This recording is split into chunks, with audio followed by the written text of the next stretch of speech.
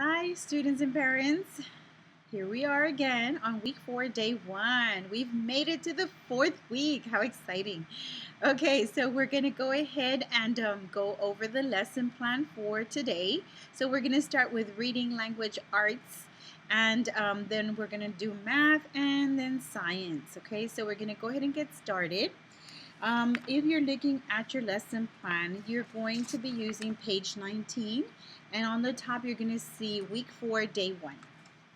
Okay, we're going to go ahead and start with the first activity, which is called Count the Words. And in Count the Words, you are going to either say a sentence to your child, right? And then they're going to have to count how many words does that sentence have.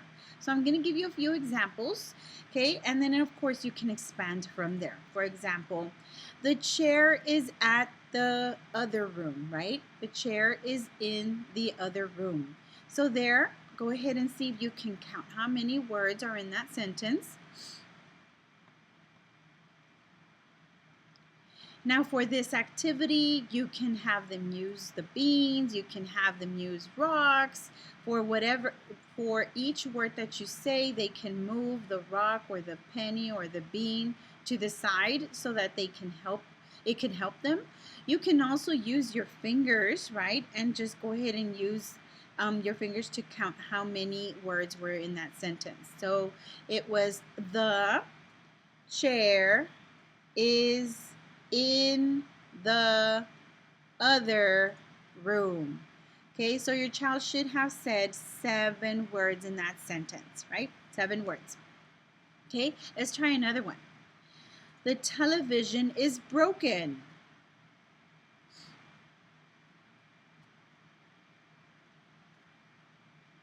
Okay, the television is broken. You should have said 4 words in that sentence.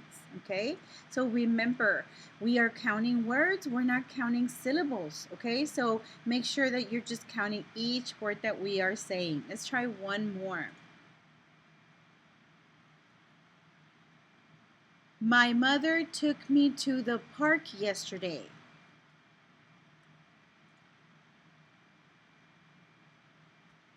Okay, my mother took me to the park yesterday. You should have said 8 words in that sentence. My mother took me to the park yesterday. Okay, so that was the activity called Count the Words. And again, all we're doing is providing the child with a sentence, and then they can go ahead and use counters or fingers to count how many words does that sentence have. The next activity is on page 50, and it's called Words in the World. So again, the child should be aware that we need to be able to read because there's words everywhere, all over our world, right? So we go ahead and show your child different objects in your house. For example, I use this one. Okay, so this is something that we eat at home sometimes, right? And what you would do is you would go ahead and point to a letter, right? And you would say, what sound does this letter make? And they would tell you the sound. So what does the letter make? What sound does the letter make? Eh, right? For short sound would be eh. Sometimes if it's a long sound, it would say e. So what we can do is say, okay, so this says Belvita. Belvita, right? Because the e says eh. Belvita. So you don't have to point necessarily at the initial letter. You can always use a different letter in the word or in the word. Okay, here's another one. Okay, so right here I'm pointing to the first letter. What sound does that letter make? T, t, right? And this says teethers. Teethers. Do you hear that sound at the beginning? The sound that we said was t, teethers, right? So that letter is important because without it, we can't read that word. The next one. Okay, so I'm going to point to this one right here. What sound does that letter make? S And where do we see it? In the final position of the word, right? So with that word, with that sound there, it says Mentos. Mentos, right? There's that sound, Mentos. Good job. And then the last one right here. Okay, what sound does that letter make? Right? And when we read the word, it says 0. Did you hear the in there? Yes. Okay, so again, these are all objects that you would find in your house, that I found in my house. You would probably have different objects, but different objects have different letters. So we want to go ahead and emphasize that letters and sounds are everywhere, right? Okay, so we're going to continue to page 96. And in that page, we're going to be reading our book for today, and it's called After Sunset, okay? And it looks like this. This story is about two sisters, and one of the sisters tells the other sister, hey, let's go outside and watch the sunset, okay? So first of all, do you all know what a sunset is? Okay, at the close to the end of the day, the sun starts to set. It starts to go down, right? Okay, and then it's going to be nighttime after, right? So when the sun sets, what happens?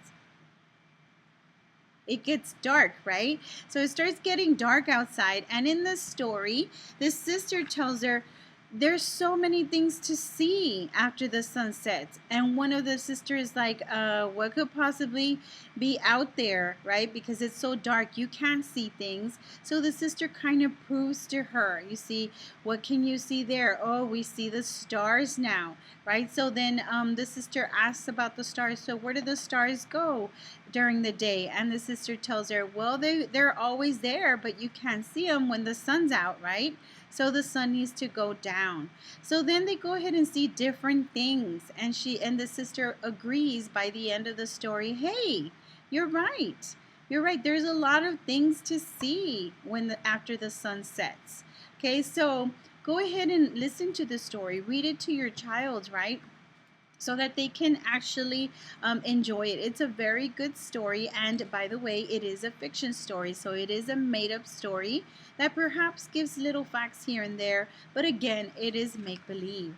Okay, so for your work for today, what we would like you to do is just go outside and look at the sunset. Okay, go look at the sunset and what it looks like, because honestly, it is a wonderful thing to see. So go ahead and take a look, and maybe mom and dad could take a picture. Send us that picture of you enjoying the sunset outside. Okay, so we're going to go ahead and continue. We're going to do math.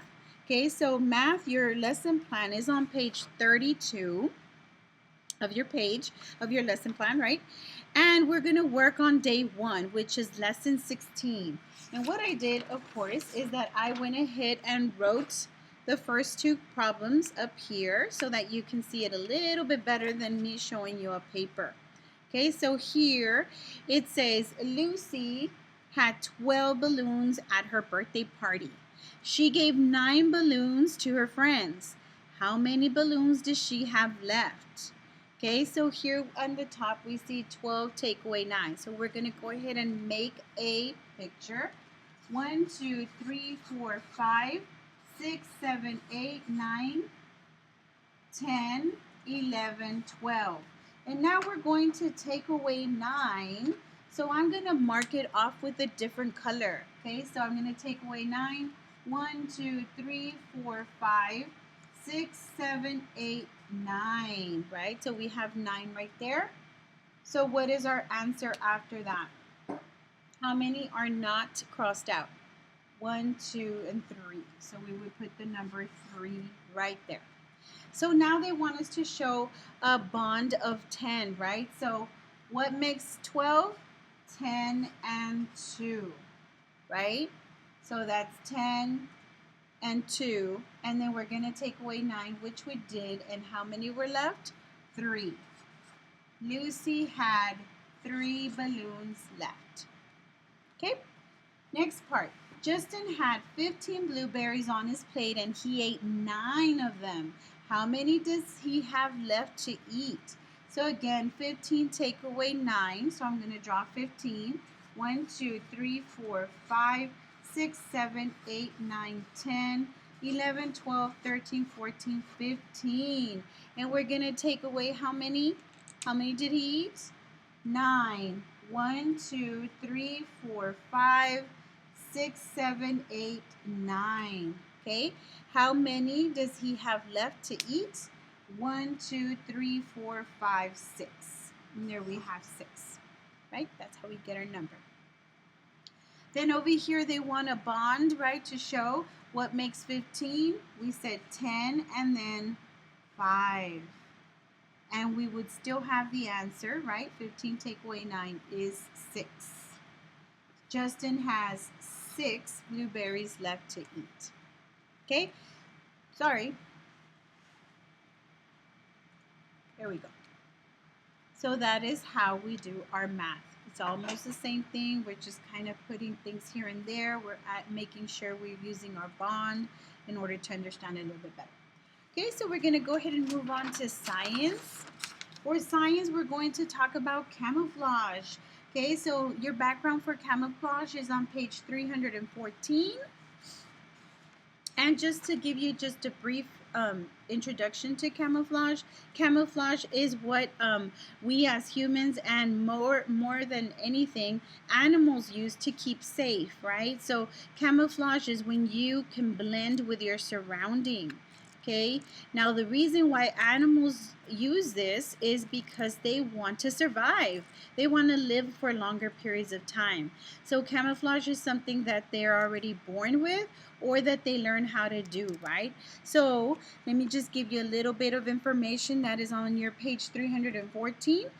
One of them is that they hide from their predators, right? So they think of frogs. Frogs blend with rocks and they also blend with grass.